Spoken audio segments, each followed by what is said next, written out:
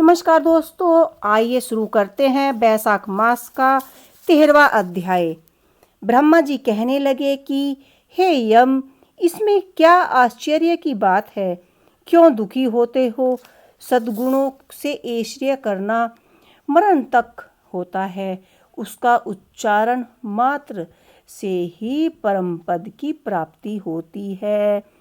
फिर राजा के शासन से विष्णु लोक को क्यों जा रहे हो, जिनकी जगह पर श्री हरि के ये दो शब्द अक्षर विराजमान रहते हैं और जो विष्णु भगवान को प्रणाम करता है, स्मरण करता है और उनके गुणवाद गान गाता है, उनकी अश्वमेघ यज्ञों के समान फल मिलता है।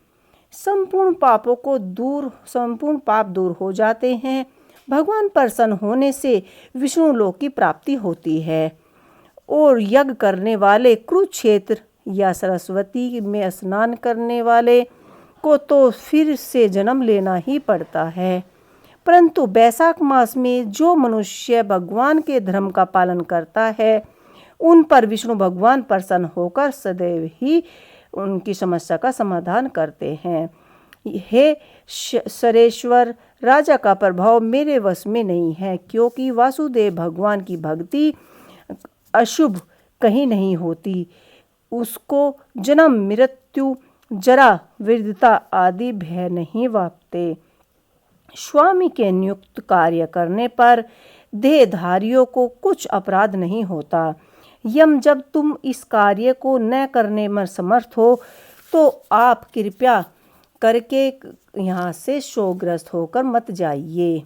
ब्रह्मा जी के ऐसे कहने से यम बहुत ही दुखी हुए और दीनहीन वाणी से कहने लगे कि हे तात, अब मुझे अपने काम पर जाने की इच्छा नहीं है।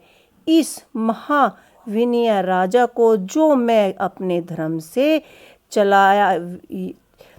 चलायन मान कर दूंगा और कीर्ति हो जाऊंगा।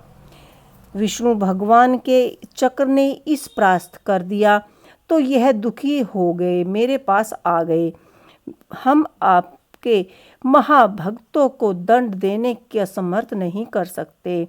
अतः एवं हे महाविद्यो, हम आपकी शरण में आए हैं।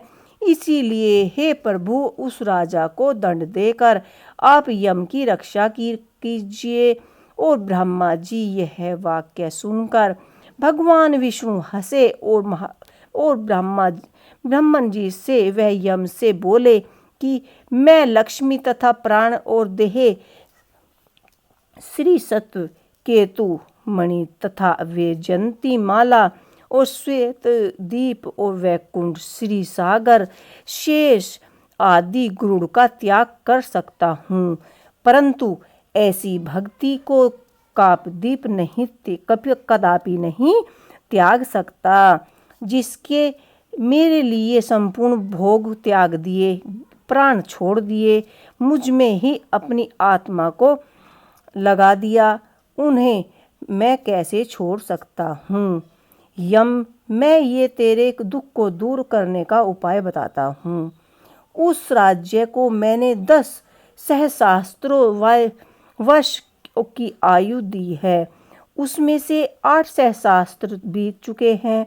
अब तो सहस्त्र वर्ष में ही आयु भोग कर वह मेरी संयुक्त भक्ति में प्राप्त हो जाएंगे और वह सदा वेदों भक्ति धर्मों का लोपन करने लगेंगे। फिर सुनंदा की आज्ञा पर राजा ने अपने राज्य में सारे प्रजा को प्रतिदिन यम के निर्मित स्नान अर्घ्य करने की तथा बैसाख मास के धर्म में यम को भोग देने की सूचना करा दी। और अगर जो कोई धर्म राज का भोग नहीं देगा, उसके बैसाख में दिए कर्मों को यमराज स्वयं ही ले लेंगे। इस तरह से बैसाख मास की पूर्णमासी के दिन पहले धर्मराज के लिए जल का घड़ा, दही तथा अन्नदान करना चाहिए। फिर पितरों, शोरों के निर्मित, गुरु के निर्मित, पीछे जलदान, मधुसूदन भक्ति, भगवान